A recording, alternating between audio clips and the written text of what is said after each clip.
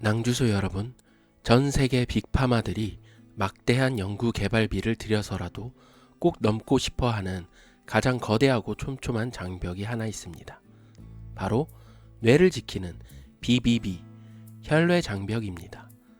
이 장벽은 우리 뇌를 보호하는 생명의 방어선이지만 뇌질환 치료제를 개발하는 기업들에게는 반드시 풀어야 할 가장 어려운 과제이기도 합니다. 오늘은 ABL 바이오를 볼 때 자주 등장하는 BBB가 무엇인지, 왜 글로벌 제약사들이 이 장벽을 넘는 기술에 주목하는지, 그리고 그랩바디 B가 어떤 질문에 답하려는 기술인지 쉽게 정리해 보겠습니다. 먼저 BBB는 우리 뇌를 지키는 방어막입니다. 뇌는 한번 손상되면 회복이 쉽지 않기 때문에 피 속에 위험한 물질이 아무렇게나 들어오지 못하도록 매우 촘촘한 장벽을 세워둡니다. 이 장벽 덕분에 뇌는 보호받습니다. 그런데 여기서 문제가 생깁니다. 나쁜 물질만 막는 것이 아니라 치료에 필요한 좋은 약까지 함께 막는 경우가 많기 때문입니다. 특히 항체처럼 크기가 큰 바이오 의약품은 뇌 안으로 들어가기가 어렵습니다. 약이 아무리 좋은 표적을 잡아도 실제로 뇌 안까지 충분히 도착하지 못하면 치료 효과를 말하기 어렵습니다. 퇴행성 뇌질환 치료제 개발에서 BBB가 계속 핵심 장벽으로 불리는 이유가 바로 여기에 있습니다. 최근 글로벌 제약사들이 뇌질환 영역을 다시 주목하는 이유도 이 흐름과 연결됩니다.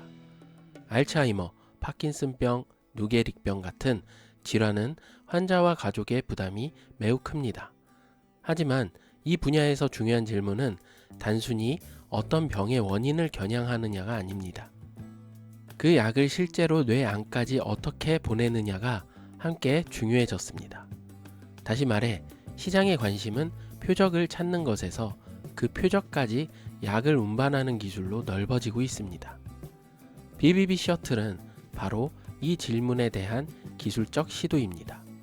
쉽게 말하면 약이 뇌혈관 장벽을 지나갈 수 있도록 이동 경로를 붙여주는 방식입니다. 여기서 ABL 바이오의 그랩바디 B가 등장합니다. 그랩바디 B는 뇌 안으로 약물을 더 잘 보내기 위해 개발된 BBB 셔틀 플랫폼입니다. 회사는 IGF-1R이라는 수용체를 활용합니다. 수용체라는 말이 어렵게 들릴 수 있지만 간단히 말하면 세포 표면에 있는 특정 출입구 같은 역할을 합니다. 그랩바디 B는 이 출입구를 활용해 항체나 치료물질이 BBB를 더 잘 지나가도록 설계된 기술입니다. 여기서 중요한 점은 ABL 바이오가 단순히 약 하나만을 이야기하는 것이 아니라는 점입니다.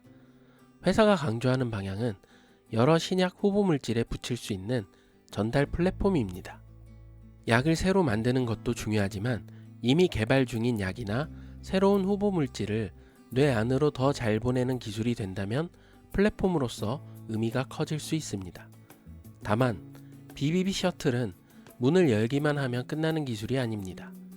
너무 약하게 붙으면 장벽을 지나가기 어렵고 너무 강하게 붙으면 세포 안에서 빠져나오지 못할 수 있습니다. 뇌 안으로 들어가는 양도 중요하지만 안전성도 중요합니다.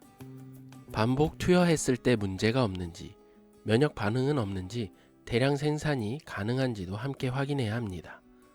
그래서 BBB 기술은 아이디어보다 실제 데이터가 훨씬 중요합니다. 대표 사례가 ABL301입니다. ABL301은 파킨슨병 등에서 주목받는 알파-시누클레인 응집체를 겨냥하는 이중항체 후보물질입니다. 핵심은 표적을 잡는 항체에 그랩바디 B를 결합해 약물이 뇌 안으로 더 잘 이동하도록 설계했다는 점입니다. 2025년 회사 발표 기준으로 ABL301은 미국 임상 1상에서 건강한 성인 91명을 대상으로 안전성과 내약성을 확인했습니다. 사망이나 약물 관련 중대한 이상 반응은 보고되지 않았습니다. 다만 여기서 꼭 구분해야 할 부분이 있습니다. 임상 1상은 치료 효과를 확정하는 단계가 아닙니다. 사람에게 투여했을 때 기본적인 안전성과 투여 가능성을 보는 단계입니다. 따라서 이 데이터는 긍정적인 출발점으로 볼 수 있지만 실제 환자에서 효과를 입증했다는 뜻은 아닙니다. 시장이 주목한 또 다른 부분은 파트너십입니다. 2024년에는 사노피와의 ABL301 제조 기술 이전 완료에 따른 마일스톤이 발생했습니다. 2025년에는 GSK가 그랩바디 B를 활용한 신경퇴행성 질환 치료제 개발 계약을 체결했습니다. 이어 릴리와도 그랩바디 플랫폼 기반의 공동 연구 및 기술 이전 계약과 지분 투자가 이어졌습니다. 이 흐름에서 중요한 것은 총 계약 규모만이 아닙니다. 서로 다른 글로벌 제약사들이 BBB 전달 기술의 가능성을 검토하고 선택했다는 점이 산업적 신호입니다. 하지만 좋은 신호만 보면 안 됩니다. 2026년 초에는 사노피가 ABL301의 개발 우선순위를 조정했다는 이슈도 나왔습니다. ABL 바이오는 개발 중단이나 계약 해지는 아니라고 설명했습니다.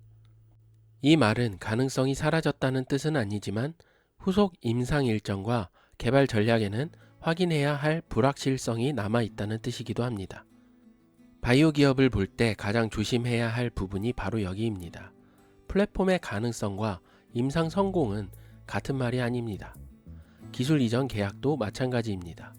총 계약 규모는 앞으로 받을 수 있는 잠재 금액입니다. 실제 현금 유입은 계약금, 연구비, 임상 진전, 허가, 상업화 마일스톤에 따라 단계적으로 달라집니다. 그래서 공시를 볼 때는 큰 숫자 하나만 보는 것이 아니라 선급금 규모, 파트너와의 역할과 후속 개발 주체, 다음 데이터가 나오는 지점을 함께 봐야 합니다. 결국 BBB 기술을 볼 때 핵심은 단순합니다. 약물이 뇌 안으로 충분히 투과되어 유의미한 생물학적 변화를 이끌어내는지, 나아가 반복 투여 시에도 안전성이 유지되는지 확인하는 것입니다. 이 조건들이 입증되어야 플랫폼의 설명력이 한층 더 강해집니다. 그래서 앞으로는 ABL 바이오라는 한 회사를 넘어 BBB 플랫폼 기술을 볼 때 세 가지 질문을 던져볼 필요가 있습니다. 첫째, 실제 환자에서 약물이 뇌 안으로 충분히 이동하는지입니다. 건강한 성인 대상 안전성 데이터 다음에는 환자 대상 임상에서 약물 이동과 생물학적 신호가 확인되어야 합니다. 둘째, 그랩바디 B가 특정 후보물질 하나에만 머무르지 않고 다른 형태의 신약 후보물질에도 적용될 수 있는지입니다. GSK와 릴리 계약은 그랩바디 플랫폼이 다양한 신약 개발 방식으로 확장될 수 있는지를 글로벌 제약사들이 검토하고 있다는 산업적 신호로 볼 수 있습니다. 셋째, 기술 이전 계약이 실제 연구개발 진전으로 이어지는지입니다. 바이오 산업에서는 계약 발표보다 그 이후의 임상 진입, 데이터 발표, 파트너사의 개발 우선순위가 더 중요해질 때가 많습니다. 오늘 내용을 한 문장으로 정리하면 이렇습니다. ABL 바이오의 BBB 이야기는 뇌질환 치료제에서 약을 무엇으로 만들 것인가 보다 그 약을 뇌 안으로 어떻게 보낼 것인가에 대한 질문입니다. 그리고 이 질문은 앞으로 퇴행성 뇌질환, 항체 치료제, RNA 기반 치료제 흐름을 볼 때 계속 반복해서 등장할 가능성이 큽니다. 본 영상은 특정 종목의 매수나 매도 추천이 아니며 BBB 기술에 대한 이해를 돕기 위해 제작된 교육용 컨텐츠입니다. 제가 시장을 보며 더 깊게 고민한 흔적들, 그리고 영상에 미처 다 담지 못한 산업 스터디 자료들은 네이버 프리미엄 콘텐츠에 글로 차곡차곡 정리해두고 있습니다. 낭주소 여러분과 함께 더 깊이 공부하기 위해 마련한 공간이니 영상 밖에서 이어지는 생각의 기록도 천천히 살펴봐 주시면 좋겠습니다. 감사합니다.